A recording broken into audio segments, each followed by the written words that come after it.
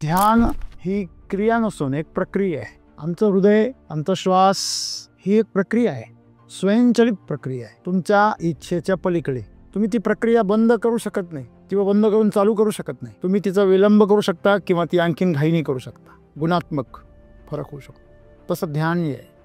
ध्यान ही प्रक्रिया तुम्ही जिवंत आहे म्हणजे सतत चालू आहे. कुठे ना कुठे तुमचं ध्यान आहे. तुम्ही जिवंत आहात तोपर्यंत तुमचं ध्यान आहे. तुमची इंद्रिय सदैव सक्रिय आहे, फक्त ती केंद्रित कुठे होतात. ज्या इंद्रियावरती लक्ष गेलं, ज्या गिअरवरती, तिथं ऊर्जेचा प्रवाह काय होतो, सुरू होतो. तुम्ही ध्यानाच्या माध्यमातून लौकिक गोष्टी साध्य करू शकता आणि अलौकिक गोष्टी सुद्धा साध्य करू शकता. ध्यान प्रत्येकाकडे आहे, फक्त ते ध्यान जे आहे ते फोकस्ड पाहिजे, लक्षावर केंद्रित पाहिजे. जीवनामधल्या सांसारिक मनुष्याच्या जेवढ्या काही समस्या आहेत त्या सगळ्या ध्यान विचलित झाल्याने, आणि म्हणून सद्गुरू असं म्हणता, ध्यान तुमचं निसंगाच्या जाणीवेपलीकडे पोहोच. निसंग म्हणजे कोणाचा संग नाही, तुमच्या ध्यानाला संग जोडलेला आहे. मग आमचं ध्यान जर निसंग झालं तर ते समाधीच्या रस्त्याने पुढे जातं. शरीर आणि मन याच्याशी स्वतःची जाणीव वेगळी करणं, याच्यातून मुक्त होणं म्हणजे निसंग. योग ही एक प्रक्रिया आहे ध्यान अधिक तीव्र करण्याची. तुम्ही योगामध्ये गेलात, तुम्ही निर्विचार होता. तुम्ही अशांत झालेल्या मनाबरोबर जर काही छेडछाड करायला गेलात तर कदाचित तुमचा जीव गमावून बसाल, वेडे व्हाल. तुम्ही अशांत मनाशी छेडछाड करण्यापेक्षा त्याला मनाला जी ऊर्जा मिळते त्या ऊर्जेचं खंडन करा. की ध्यान म्हणजे निसंगाची जाणीव आहे, जो बेफिक्रीपणा आहे तो तुमच्यामध्ये निर्माण झाला पाहिजे. पहिले हे लक्षात ठेवलं पाहिजे, काही शरीर पण तू नाही आहेस, ते मन बी तू नाही आहेस, आणि त्याच्या संदर्भामध्ये जे काही त्रास तुला होतोय तो त्रास पण तुझा नाही आहे, तू कल्पनेमध्ये तयार केलेला आहे.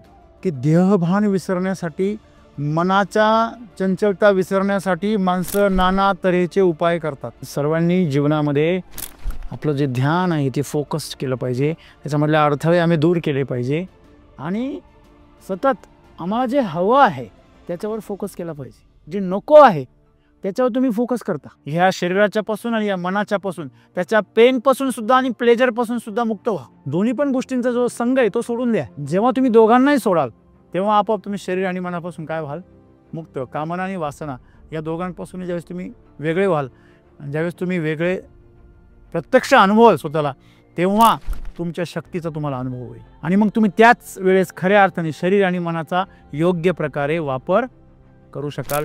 सद्गुरूंना हेच सांगायचं आहे, तुमचं जीवन तुम्हाला सुंदर बनवायचं असेल तर या शरीराचा आणि मनाचा संग करून ते कधीच आनंदी होणार नाही. आणि मग तुम्ही जर याचा संग सोडला तर तेच ध्यान आहे. सर्व जी काही व्यवस्था आहे ती शरीर आणि मनासाठीच आहे या संसारामध्ये. म्हणजे त्याला तर संसार म्हटलेलं आहे. संसार म्हणजे नवरा बायको करतात तो नव्हे. आतापर्यंत आपल्या सर्वसामान्य माणसाचा हा गैरसमज झाला की नवरा बायको करतात तो संसार. तो संसार नाही आहे, ती व्यवस्था आहे. की तुम्ही सर्वांनी निसंग करा, बेफिक्र व्हा, सहज जीवन जगा, कुठल्याही गोष्टीची चिंता करू नका. हे सगळी व्यवस्था निश्चित आहे. तुम्ही जे करत आहात त्याच्यामध्ये तुम्ही पूर्णपणे समर्पित होऊन जा आणि नियंत्रण मिळवण्याचा प्रयत्न सोडून द्या. हे शरीर जे आहे, हे मन आहे, हे आमचं साधन आहे, त्याचं नियंत्रण मिळवा, त्याला ताब्यात घ्या. हवं तसं त्याचा वापर करून तुमच्या लक्ष्यापर्यंत पोहोचा, आणि तिथं पोहोचल्यानंतर त्या दोघांचाही संग सोडून द्या. हेच काय आहे, ध्यानाचं अंतिम उदाहरण आहे. आणि हे तुम्ही ध्यानाच्या माध्यमातून साधू शकता. ध्यानातूनच हे तुम्ही साधू शकता, नाही तर तुम्ही शरीर आणि मनाच्या पलीकडे कधीच जाऊ शकत नाही. या दोघांचा निसंग करा, आणि तो करण्यासाठी ध्यानाचा वापर करा. नेहमी फोकस राहा. तुम्ही कोण आहात याची जाणीव ठेवा, आणि विचारांचे अडथळे बंद करा. ते बंद करण्यासाठी योगाची मदत घ्या, ध्यानाची प्रक्रियेची, प्राणायामाची मदत घ्या, कर्मयोगाची मदत घ्या. ही सर्व विविध साधने, या साधनांचा वापर करा, आणि तुम्ही यातून काय व्हा, नियंत्रण करून मुक्ती मिळवा.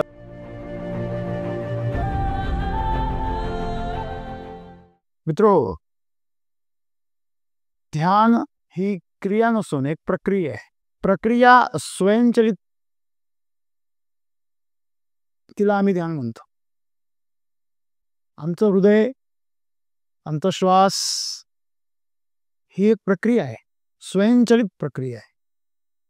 तुमच्या इच्छेच्या पलीकडे, तुमच्या इच्छेचा प्रभाव त्याच्यावर पडतो, परंतु फक्त गुणात्मक प्रभाव पडतो, पायाभूत प्रभाव नाही पडत. तुम्ही ती प्रक्रिया बंद करू शकत नाही किंवा बंद करून चालू करू शकत नाही. तुम्ही तिचा विलंब करू शकता किंवा ती आणखीन घाईने करू शकता, गुणात्मक फरक होऊ शकतो. तसं ध्यान आहे. ध्यान ही प्रक्रिया तुम्ही जिवंत आहे म्हणजे सतत चालू आहे, कुठे ना कुठे तुमचं ध्यान आहे.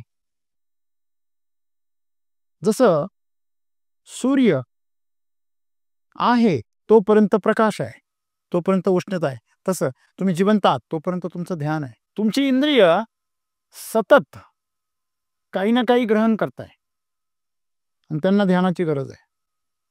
ज्या इंद्रियावरती तुमचं ध्यान जातं, जसं उदाहरणार्थ एखादा ऑपरेटर असतो, मशीन ऑपरेटर, तो जो गिअर शिफ्ट करतो तो गिअर ऍक्टिव्हेट होतो. सगळे गिअर आहे गाडीमध्ये, परंतु त्याने गिअर जिथे शिफ्ट केला तो गिअर सक्रिय होतो.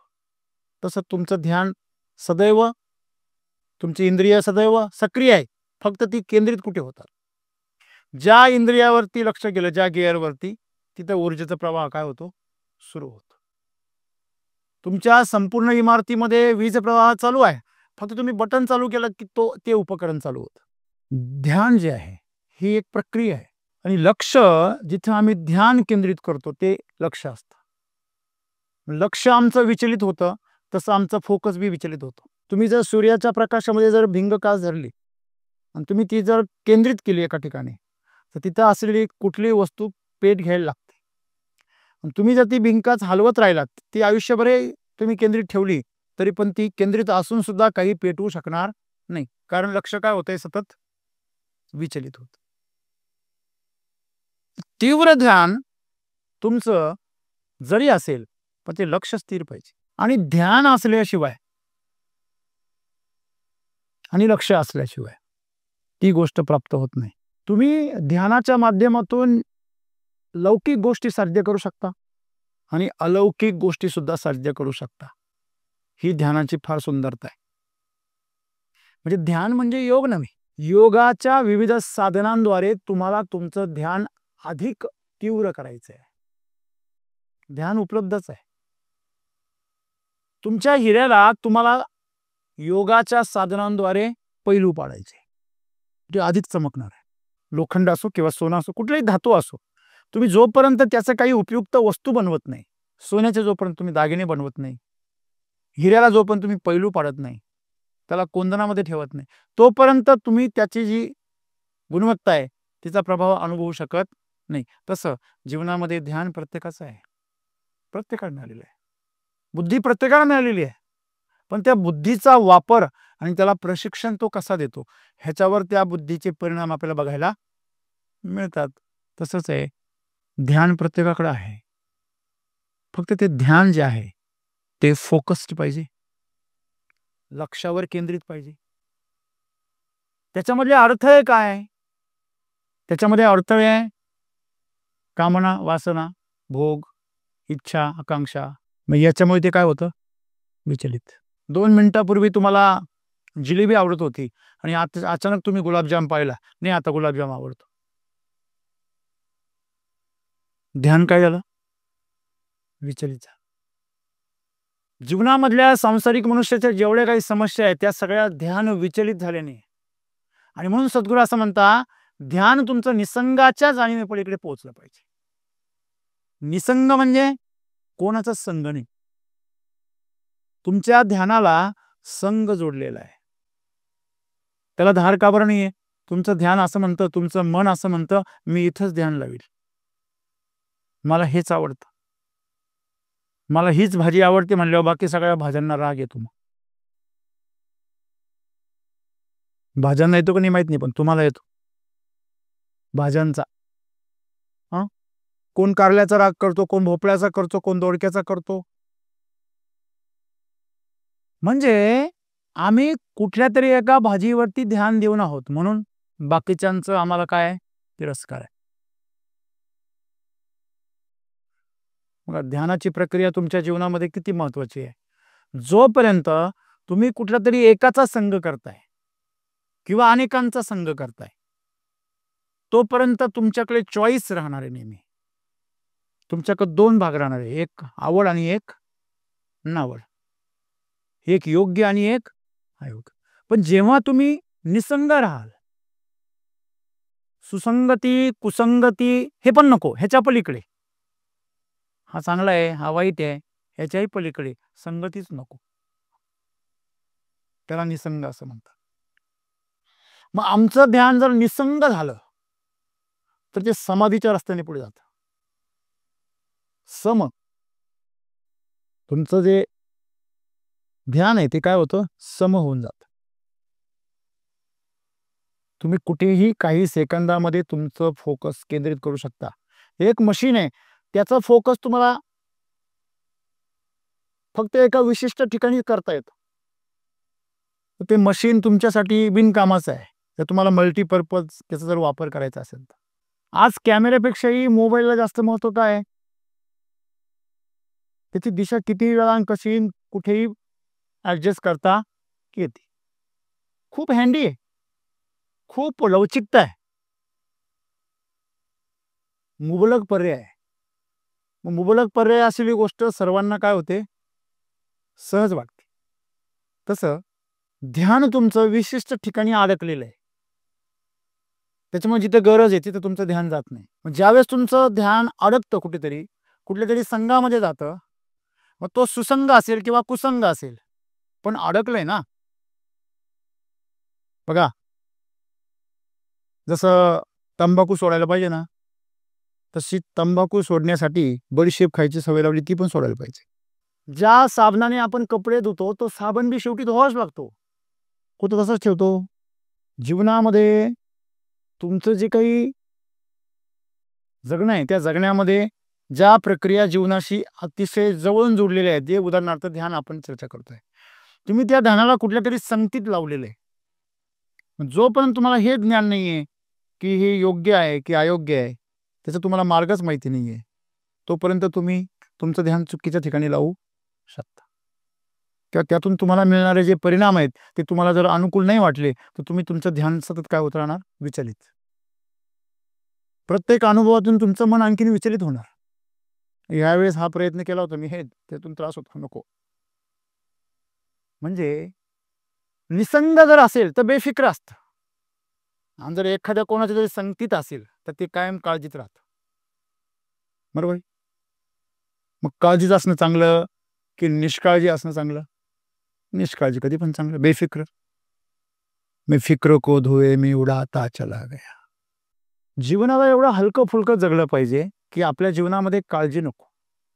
आणि म्हणून तुमचं जे ध्यान आहे ते ध्यान तुमच्या संघाच्या जाणीवेपर्यंत, निसंगाच्या जाणीवेपर्यंत पोहोचलं पाहिजे की इथे एक संघ आहे, इथे सुसंग आहे, इथे कुसंग आहे आणि इथे निसंग आहे. निसंग म्हणजे या सर्वांतून प्रवास करून पुढे गेलं पाहिजे. मग आता निसंगाची जी संकल्पना आहे ती साक्षात कशी उतरवायची? शरीरावर नियंत्रण मिळवायचं, मनावर नियंत्रण मिळवायचं, या प्रकाराने तुम्ही कधी निसंग नाही होऊ शकत. शेवटी तुम्ही किती जरी नियंत्रण मिळवलं, तुम्ही वाघ जरी पाळला तरी त्याला मांस खाऊ घालावंच लागणार तुम्हाला. का असं होईल? वाघ पाळला तर तुमच्या मनाने घास बी खाईल नाही. तुम्ही शरीर जर पाळलं, जरी ते तुमच्या नियंत्रणात जरी असलं तर त्याच्या वासना तुम्हाला पूर्ण कराव्याच लागतील.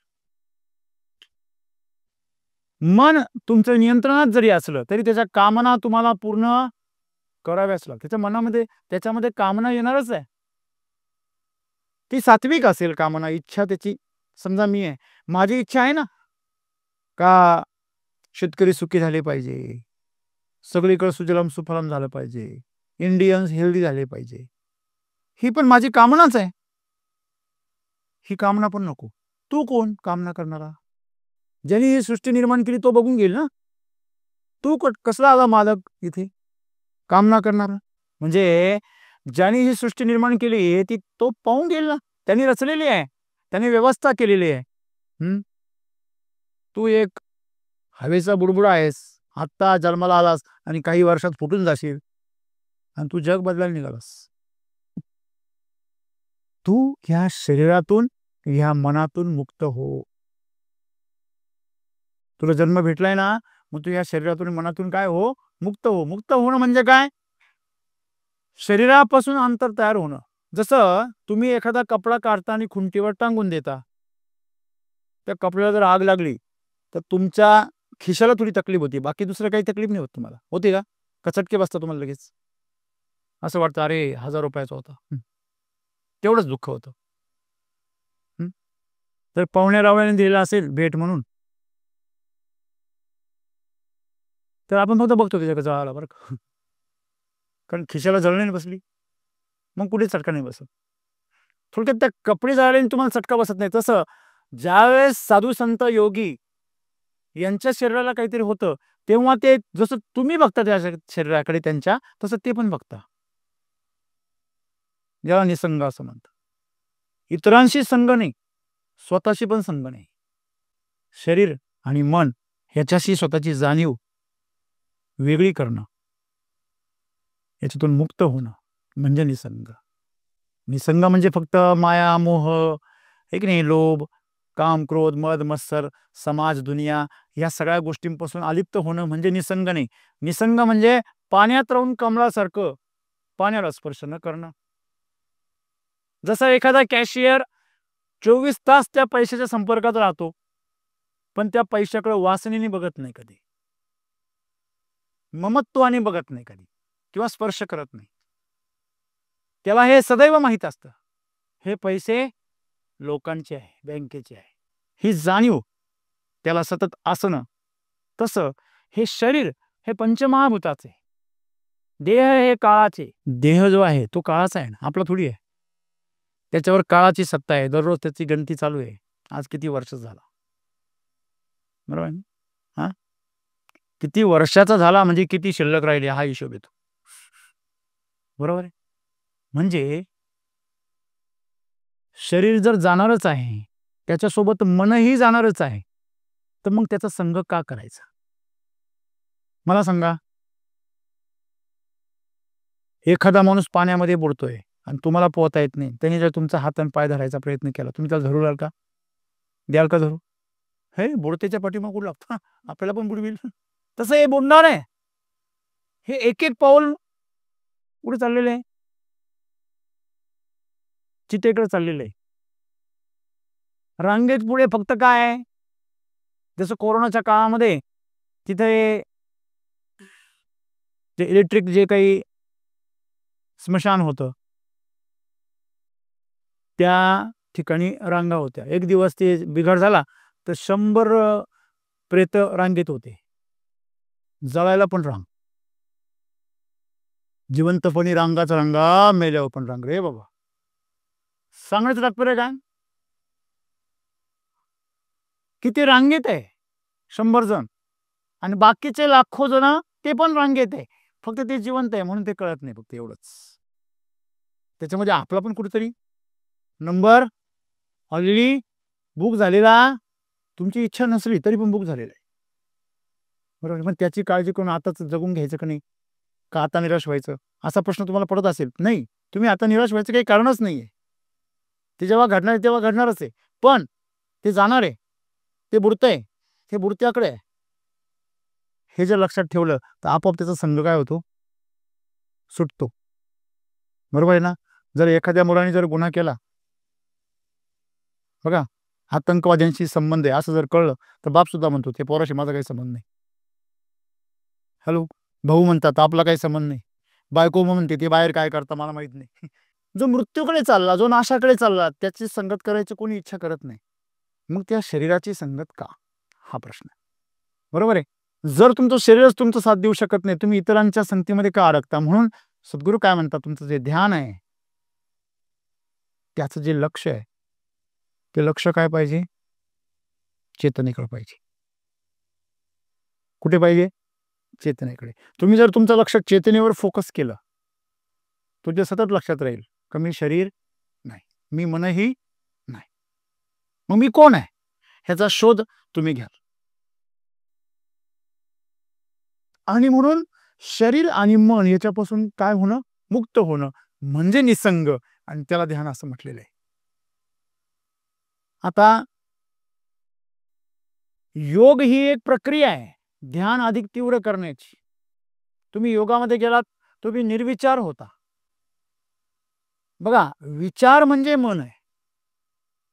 जेव्हा विचार शांत होतात तेव्हा मन नसतंच. लाटा ज्या आहे समुद्राच्या, त्या लाटा म्हणजे काय आहे? एक पाण्याला आलेला उभार आहे. पाण्याला उभार आला त्याला आम्ही काय नाव दिलं? आहे समुद्रच. हॅलो, आहे उफाणलेला समुद्रच आहे. परंतु त्या समुद्राच्या पाण्याचा उभार जो आलेला आहे त्याला आम्ही लाट असं म्हणतो. तसं आमच्या अंतःकरणामध्ये जेव्हा चित्तामध्ये तरंग उठतात, ते विचार असेल, कल्पना असतील, चिंता असेल, भय असेल, दुःख असेल, काळीज म्हणतो ना आम्ही, काळीज, तेच चित्त. म्हणजे जेव्हा तो उभार येतो विचारांचा, त्याला आम्ही काय म्हणतो? मन असं म्हणतो. जेव्हा मन शांत झालं म्हणजेच काय शांत झाले? विचार शांत झाले. म्हणून विचारचा अडथळा आहे ध्यानामध्ये, म्हणून ते शांत होणं गरजेचं आहे. इथे खाली जर धूळ असेल, तुम्ही जर कधी एखाद्या वाळवंटात गेलात आणि जर वादळ आलं तर सगळीकडे काय उठतात? धुळाचे लोट वरती उठतात. मग अशा परिस्थितीमध्ये तुम्ही ड्रायव्हिंग करू शकत? तुम्हाला कल्पना नाहीये समोरून कोणती गाडी येऊ राहिली, रस्ता निश्चित नाहीये. अगदी हायवे जरी असेल आणि धुकं पडलेलं असेल, तुम्हाला फार जपून चालावं लागतं. तुमची छोटीशी चूक तुम्हाला जीव घेणे ठरू शकते. तसं तुमच्या मेंदूमध्ये, डोक्यामध्ये जेव्हा अनेक विचारांचे तरंग उठत राहतात, तेव्हा आपोआप ध्यान काय होतं? बाधित होतं. आणि अशा माणसाच्या कडून खूप चुका होत राहतात, गोंधळ उडत राहतो. त्याला कुठलंही काम नीटसं करता येत नाही, कारण त्याचं ध्यान काय झालेलं असतं? खंडित झालेलं असतं. त्याच्यामध्ये अडथळे असतात. म्हणून नेहमी सांगितलं जातं ध्यानासाठी तुमचं मन काय पाहिजे? शांत पाहिजे. विचार कसे पाहिजे? शांत पाहिजे. विचार शांत का होत नाही? कारण ते तुमच्या आतून ऊर्जा घेतात. मग तुम्ही जर ऊर्जा देणं बंद केलं ते आपोआप शांत होतात. ते फरशी घासण्याचं मशीन पाहिलं असेल किंवा ब्रश कटर पाहिलं असेल, त्याच्या खाली फिरणारं एक तोंड असतं गोल गोल. जर चुकून दांडा जर सुटला फरशी घासण्याच्या मशीनचा, तर ते स्वतःच गोल गोल फिरतं. बरोबर आहे? अशा वेळेस ते मशीन धरण्यापेक्षा त्याचं बटन बंद करणं कधी पण चांगलं. बरोबर आहे की नाही? त्याची ऊर्जा बंद करा, ते आपोआप शांत होईल. चालू मशीन धरायला गेलात, तुम्हाला धरायला लायक पण नाही ठेवणार. बरोबर आहे ना? तसं तुम्ही अशांत झालेल्या मनाबरोबर जर काही छेडछाड करायला गेलात तर कदाचित तुमचा जीव गमावून बसाल, वेडे व्हाल. तुम्ही अशांत मनाशी छेडछाड करण्यापेक्षा त्याला मनाला जी ऊर्जा मिळते त्या ऊर्जेचं खंडन करा. मग त्या ऊर्जेचं खंडन कशाने होतं? प्राणायामाने होतं. त्या ऊर्जेचं खंडन लक्ष दुसरीकडे घेतल्याने होतं. त्या ऊर्जेचं खंडन फोकस चेंज केल्याने होतं. ज्या विषयामध्ये तो गोंधळलेला आहे त्या विषयापासून त्याला बाजूला घेणं, दुसऱ्या विषयाकडे, आपोआप त्याची ऊर्जा काय होते? खंडित होते. हे तुम्हाला स्वतःला करता आलं पाहिजे. आणि म्हणून सद्गुरू काय म्हणता की ध्यान म्हणजे निसंगाची जाणीव आहे, जो बेफिक्रीपणा आहे तो तुमच्यामध्ये निर्माण झाला पाहिजे. पहिले हे लक्षात ठेवलं पाहिजे, काही शरीर पण तू नाही आहेस, ते मन बी तू नाही आहेस, आणि त्याच्या संदर्भामध्ये जे काही त्रास तुला होतोय तो त्रास पण तुझा नाहीये, तू कल्पनेमध्ये तयार केलेला आहे. तो मी म्हटलं ना, आमची छोटी दिदी आहे, तिला जर तुम्ही नुसतं म्हणले ना काटा, ती असं लगेच करते, जसं काही लगेच भरला. म्हणजे कल्पना तिची एवढी नकारात्मक आणि एवढी काय आहे? घातक आहे. म्हणून तुम्हाला मिळालेलं जे काही मेंदू नावाचं जे अतिशय शक्तिशाली यंत्र आहे ते तुम्हाला व्यवस्थित वापरता न आल्यामुळे तुमच्या जीवनामध्ये समस्या आहे. बरोबर आहे? आणि जर तुम्ही खऱ्या अर्थाने ध्यान काय हे जर समजून घेतलं आणि त्याचा खऱ्या अर्थाने तुम्ही त्याला जर सक्षम बनवलं, सबळ बनवलं, सशक्त बनवलं, तर तुमच्या जीवनामध्ये तुम्ही सांसारिक गोष्टी तर अशा मिळवाल. अशा सांसारिक गोष्टींच्या पलीकडे जाऊन तुम्ही आनंद मिळवू शकाल. शरीर आणि मनाच्या पलीकडे जाण्याची क्षमता कोणामध्ये नाहीये, ती क्षमता पण तुमच्यामध्ये येईल आणि त्यातून तुम्ही मुक्त व्हा. देह भान विसरणे हा जो वाक्प्रचार आहे मराठीमध्ये, देह असल्याचं भान विसरणे. मी देह आहे याचं भान जो विसरतो त्याला देहभान विसरणे म्हणतात. तुम्ही पाहिला असेल देहभान विसरलेला माणूस. गोरा कुंभाराचं उदाहरण सांगतो की ते आपल्या लेकराला तो पायाखाली तुडवतो, अशी कहाणी सांगते. तो काय विसरला? देहभान विसरला. आपला देह आहे आणि त्या देहामध्ये आपण आहोत आणि त्या देहाखाली काय तुडलं जाते त्याला देहाचंच भान नाहीये. तर त्याच्या पायाखाली काय तुडलं जाते? चिखल तुडतोय की मांसाचा गोळा तुडतोय, त्या गोळ्याला काहीतरी नातोय हे पण तो विसरला. हे देहभान विसरणे. मग ते देहभान तुम्ही पण विसरता, मी पण विसरतो. बऱ्याच वेळा आपण विसरतो, पण क्षणभर. या जगामध्ये असा एकही मनुष्य नाही आहे की जो कधी देहभान विसरत नाही किंवा ज्याने कधी आनंदाचा क्षणभर अनुभव घेतला नाही. जशी वीज चमकते तसं आमच्या जीवनामध्ये कधी कधी आनंद चमकतो. म्हणून देहभान विसरण्यासाठी तुम्ही जर आजारी झाला, जर ऑपरेशन करायचं असेल तर डॉक्टर लोक तुम्हाला बोलीचं इंजेक्शन देतात देहभान विसरावं म्हणून. कारण तुमचं देहभान तुमच्या ऑपरेशनमध्ये अडचणी निर्माण करेल. डॉक्टर म्हणतो तू विसरून जा, तुझा पाय आहे आम्हाला कापायचं आहे. तू विसरून जा तुझं हृदय, आम्हाला ते ऑपरेट करायचं आहे. विसरून जा तुझा दात आहे आम्हाला उपटायचा आहे. तुम्ही विसरू शकले ते शरीराला विसरायला होता. ते शरीर विसरतं की हा माझा अवयव आहे. दारू पिऊन काय विसरतो? स्वतःचं मन विसरण्याचा प्रयत्न करतो. बरोबर. दारू नशा करण्याचा उद्देश काय? त्या मनाबरोबरचं जे कनेक्शन आहे ते काय करणं? तोडणं काही काळासाठी. जसं शरीरासाठी पेनकिलर असते किंवा ॲनेस्थेसिया असतो, भुलीचं इंजेक्शन असतं, तसं दारू हे मनाचं इंजेक्शन आहे. तेवढ्यापुरती भूल चढते, नंतर परत उतरली की परत भाऊ आहे तसाच पहिल्यासारखा. सांगण्याचं तात्पर्य असं आहे की देहभान विसरण्यासाठी, मनाच्या चंचलता विसरण्यासाठी माणसं नाना तऱ्हेचे उपाय करतात. मनोरंजन असेल, व्यसन असेल, अनेक गोष्टी असतील. मग त्यातून जी गोष्ट तुमच्या जीवनामध्ये सुंदरता निर्माण करू शकत होती ती गोष्ट तुम्ही कशासाठी वापरताय? तुच्छ कारणांसाठी वापरता. जे ध्यान तुमच्या जीवनामध्ये तुम्हाला परमानंद देऊ शकतं ते तुम्ही सुख मिळवण्यासाठी वापरताय आज. ही समस्या. मग ते पण तिथं पण तुम्ही व्यवस्थित वापरत नाही, तिथं पण तुम्ही त्याचा फार तुच्छ वापर करताय. ते ध्यान एवढं अडखळ्यांमध्ये विखुरलेलं आहे की तुम्हाला त्या ध्यानाचा पण त्रास होतो. का? त्या ध्यानामध्ये तुम्ही अशा काही गोष्टी साठवून ठेवलेल्या आहे. तुमचं सतत जे ध्यान आहे ते तुमच्या भूतकाळातल्या गोष्टींकडे जातं. सतत तुमचं ध्यान आहे ते नकारात्मक गोष्टींकडे जातं. साठवून कोणी ठेवल्या? समजा उदाहरणार्थ तुमच्या घरामध्ये घाण झाली कुठल्या तरी कोपऱ्याला, कुठलं जनावर असेल किंवा कुठला प्राणी असेल त्याची, किंवा एखादा उंदीर सडलेला आहे, त्याचा वास येतोय दिसतोय कसं तरी असा, तिथं सगळ्या माश्या वगैरे घाण झालेली आहे. तुमचं ध्यान पुन्हा पुन्हा तिकडे जातं.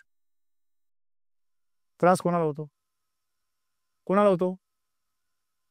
उलट ती घाण काय करून ठेवली पाहिजे? साफ केली पाहिजे किंवा झाकून ठेवली पाहिजे साफ करेपर्यंत. तसं तुमच्या अंतःकरणामध्ये जे वाईट विचार आहे, जे घाणेरडे विचार आहे, घाणेरडे अनुभव आहे, ते तुम्ही साफ केले पाहिजे का जपून ठेवले पाहिजे? आम्ही ते काय करतो? त्यांनी मला शिवी दिली, त्यांनी माझा अपमान केला, त्यांनी माझा विश्वासघात केला, मी सोडणार नाही. तूच राहणार नाही तर त्याला सोडायचं काय संबंध? तू अशा कितीला बी धडा शिकव, तू बी संपणार एक दिवस. ज्याचा अपमान झाला तेच भ्रमे मुळात. कळलं? ज्या शरीराचा आणि मनाचा अपमान झाला तेच तू नाही आहेस आणि तू त्याचा अपमान झाला असं म्हणतो. आणि म्हणून सर्वांनी जीवनामध्ये आपलं जे ध्यान आहे ते फोकस केलं पाहिजे. त्याच्यामधले अडथळे आम्ही दूर केले पाहिजे आणि सतत आम्हाला जे हवं आहे त्याच्यावर फोकस केला पाहिजे. जे नको आहे त्याच्यावर तुम्ही फोकस करता. आपलं काय खरं आहे? आपलं आयुष्य असंच जाणार. मग ते ओरण बस तथाच तो, तुझं आयुष्य तसंच जाऊ. जे आहे त्यात आनंद तुम्ही तेव्हाच घेऊ शकाल जेव्हा त्याची मर्जी सांभाळ. बरोबर आहे. म्हणून सद्गुरू म्हणता निसंग व्हा. कुठल्या विचाराचा संग करू नका, कुठल्या अवयवाचा संग करू नका, कोणाचा आसरा करू नका. तुम्ही सर्वांच्या पलीकडे स्वतंत्र आहात, मुक्त आहात आणि स्वयंभू आहात. तुमचा विनाश कोणीच करू शकत नाही. तुम्हाला धक्का पण कोणी पोचू शकत नाही. तुमचे कपडे फाडले जाऊ शकतात, तुम्ही नाही. म्हणजे तुमचं शरीराला नुकसान केलं जाऊ शकतं, तुम्हाला नाही. जसं केळाच्या सालीवरून पडणारा माणूस तुम्ही दुरून पाहताना हसता, तसं तुम्ही स्वतःला पण पडताना पाहिलं पाहिजे आणि हसलं पाहिजे पहिलं. हे जेव्हा तुम्ही करू शकाल, तुम्हाला होणाऱ्या वेदना, शरीराला होणाऱ्या वेदना तुम्ही दुरून पाहू शकले पाहिजे, तर तुम्हाला पेन किलर खाण्याची गरज पडणार नाही. डोकं दुखलं, पोट दुखलं, हे दुखलं, ते दुखलं, चमक निघाली, वेदना होत आहे, लक्ष देऊ नका. तिथं ध्यान केंद्रित करू नका. ध्यान जिथं निरोगी आहे तिथं केंद्रित करा. समाधानाकडे, आनंदाकडे केंद्रित करा. बस हेच जीवन जगण्याचं सर्वात मोठं रहस्य आहे. ह्या शरीराच्या पासून आणि या मनाच्या पासून, त्याच्या पेन पासून सुद्धा आणि प्लेजर पासून सुद्धा मुक्त व्हा. नुसती मिरची सोडू नका, गुलाबजाम पण सोडा. हो, चांगलं सोडू नका, वाईट सोडू नका, चांगलं पण सोडा. दोन्ही पण गोष्टींचा जो संघ आहे तो सोडून द्या. जेव्हा तुम्ही दोघांनाही सोडाल तेव्हा आपोआप तुम्ही शरीर आणि मनापासून काय व्हाल?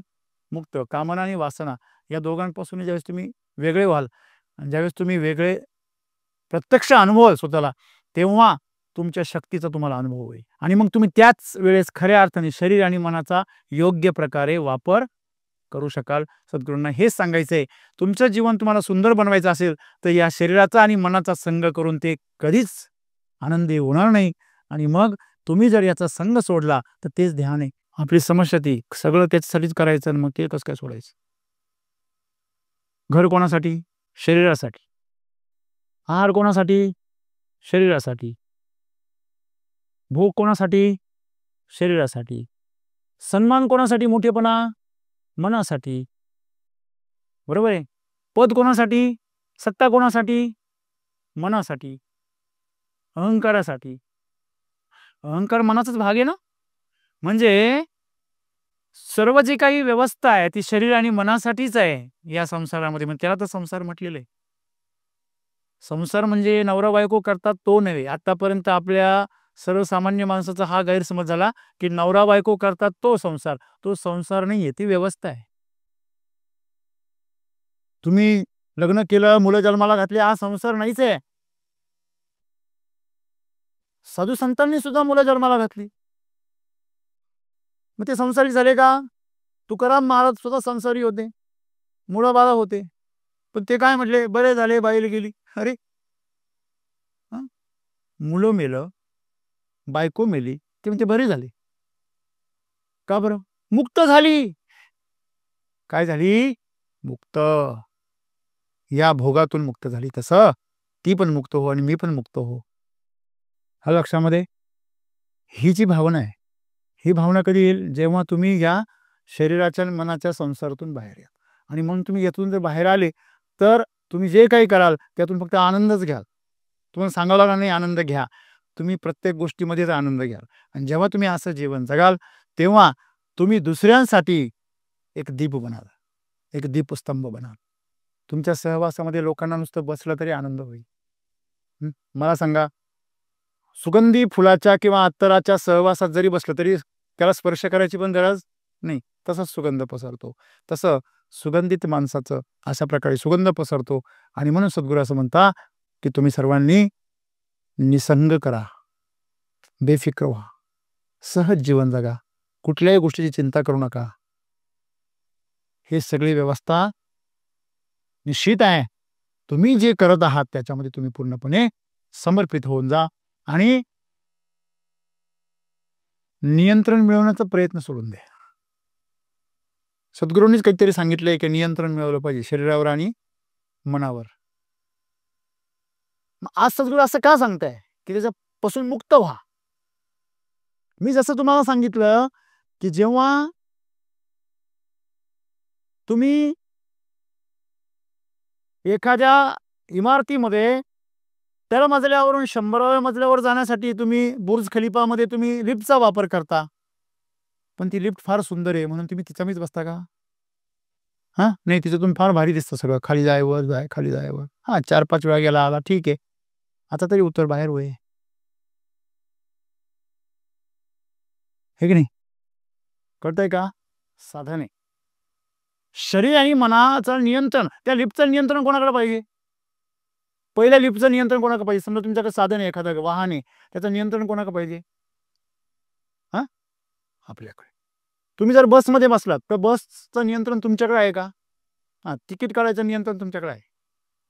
ती बस ज्या रस्त्याने चालली, त्या रस्त्याने तुम्ही तेवढाचा प्रवास तुम्ही करू शकता. पण तुम्हाला जो इच्छित प्रवास आहे, तो तुम्ही स्वतःचं साधन असल्याशिवाय किंवा स्वतःचं नियंत्रण असल्याशिवाय करू शकत नाही. तसं ते साधनावर पहिलं नियंत्रण मिळवा आणि नियंत्रण मिळाल्यानंतर इच्छित ठिकाणी पोहोचा आणि त्यातून काय व्हा?